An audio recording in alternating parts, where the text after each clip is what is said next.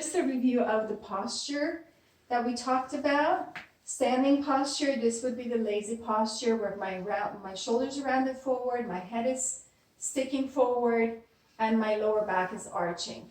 To get out of that posture, you want to lift your chest up, pull your shoulder blades back and down, bring that chin back, and pull your stomach in so your back isn't arching as much.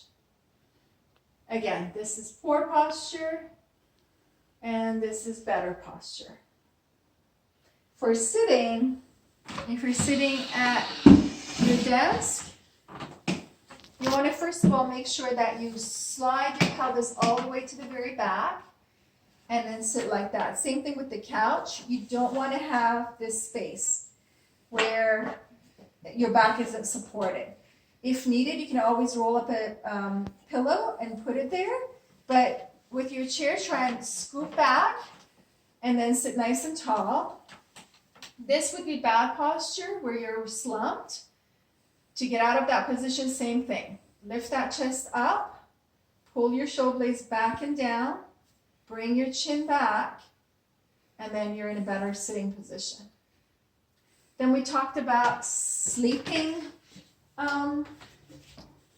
positions with the pillows on your back. Have one pillow under your thigh and knee, and then the other pillow under your knee and calf, so that you're supported like this. That way your lower back won't be arching up when you're sleeping on your back. And then I like to tuck in my neck pillow like this and sleep like this. So this is for you on your back with two pillows under your knees staggered a little bit. And then when you're on your side, put a pillow between your knees from the knee to the ankle and angle your head pillow so that the arch of your neck is well supported and that the pillow between your knees keeps your back from being strained, and your legs are parallel to each other. So that's sleeping position for side lying.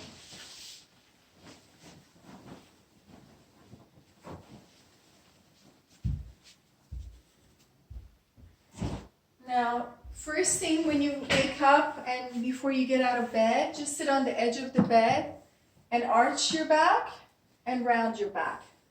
So these are pelvic tilts. We're tilting our pelvis forward and then tilting our pelvis back and tilting our pelvis forward and then back. If my hands are the pelvis, I'm tilting it forward and then back. Forward and back. That's 10 times. So you just do that as a loosening up your back. Then if you grab a door handle and with your feet together, knees straight, you're going to lean back with your pelvis and let your head bend forward. So I'm really stretching, pulling back with my pelvis here. And I hold that 20 to 30 seconds. I do it 3 times. Then the doorway stretch, where you put your hands at 90 degrees, forearms on either side of the doorway. My right leg is forward, my right knee is bent, and I lean my whole body weight onto my right leg. And I hold 20 to 30 seconds 3 times. Then we did, let me just see. Then we did on our side with a pillow under your neck, under your head. Your left arm is straight, your right arm is on top of it, your knees are bent. You're going to open the book. This is called the open book stretch. As you open the book, you're going to look at it with your eyes and follow it with your head. And you're going to go all the way back as far as you can, and see if you can reach back to put that arm on the floor. Take a deep breath when you're at the end of the stretch. As you breathe out, ease into the stretch. Relax into it. Take another deep breath and breathe out. Then come back and close the book. And you're going to follow it with your eyes and your head.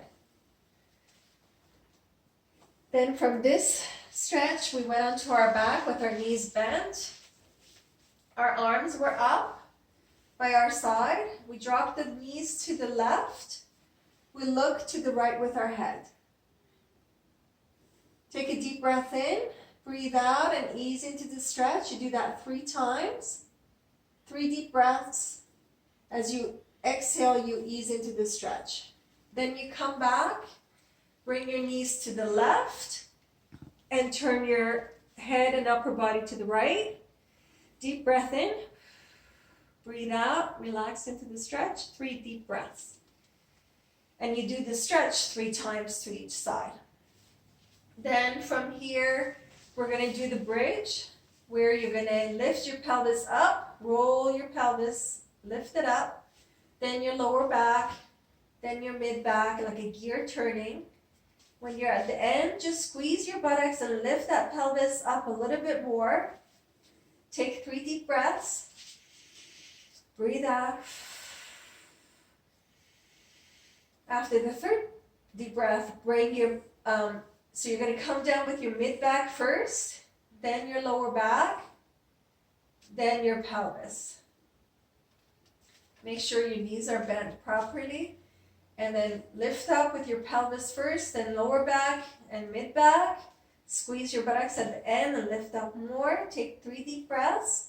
After 3rd deep breath, bring your pelvis, bring your body down by bringing your mid back down first, then lower back, then pelvis. We do 10 of those. And when you're up there, hold about 3 to 5 seconds.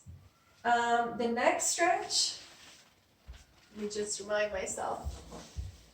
The next stretch was standing and bending forward. So bend your knees, reach down with your hands onto the floor. Then from here, straighten your knees. Take a deep breath in, breathe out, hold that stretch, and then bend your knees again. And then straighten your knees, breathe in, breathe out, hold that stretch 10 to 20 seconds. I'm just doing it faster than you would be doing it normally. And then bend your knee 1/3 time, one last time, 3rd time. And this time as you straighten out, hold the stretch 20 to 30 seconds. And then after that, just kind of roll out of it and come back up. Then, if you put your one leg up on a bench, slide the other leg back to feel a stretch in your left hip flexors. You're going to lunge forward on your right leg and stretch the left leg back, and you're going to feel it in here. You're going to hold it 20 to 30 seconds. Then from this position, after 30 seconds, you're going to switch and stretch your hamstrings on the right. So with that, your right leg is straight, your back is straight, but you're just going to lean into your leg. You're going to lean forward. Bring your toes up, ankle and toes up, and you're going to lean forward with your hips. Hold that stretch 20 to 30 seconds, then switch back to the hip flexor stretch and hold this one 20 to 30 seconds. And then switch legs. You're going to switch legs and do the same thing on the other side. The next stretch is the piriformis stretch. We're on your back. Your left leg is straight. Your right leg, you're going to bring it up. Right hand on the knee, left hand at the ankle. With your right hand, you're going to push that knee towards your left shoulder. With your right hand, you're going to pull on your leg. You're going to hold this 20 to 30 seconds and then switch sides.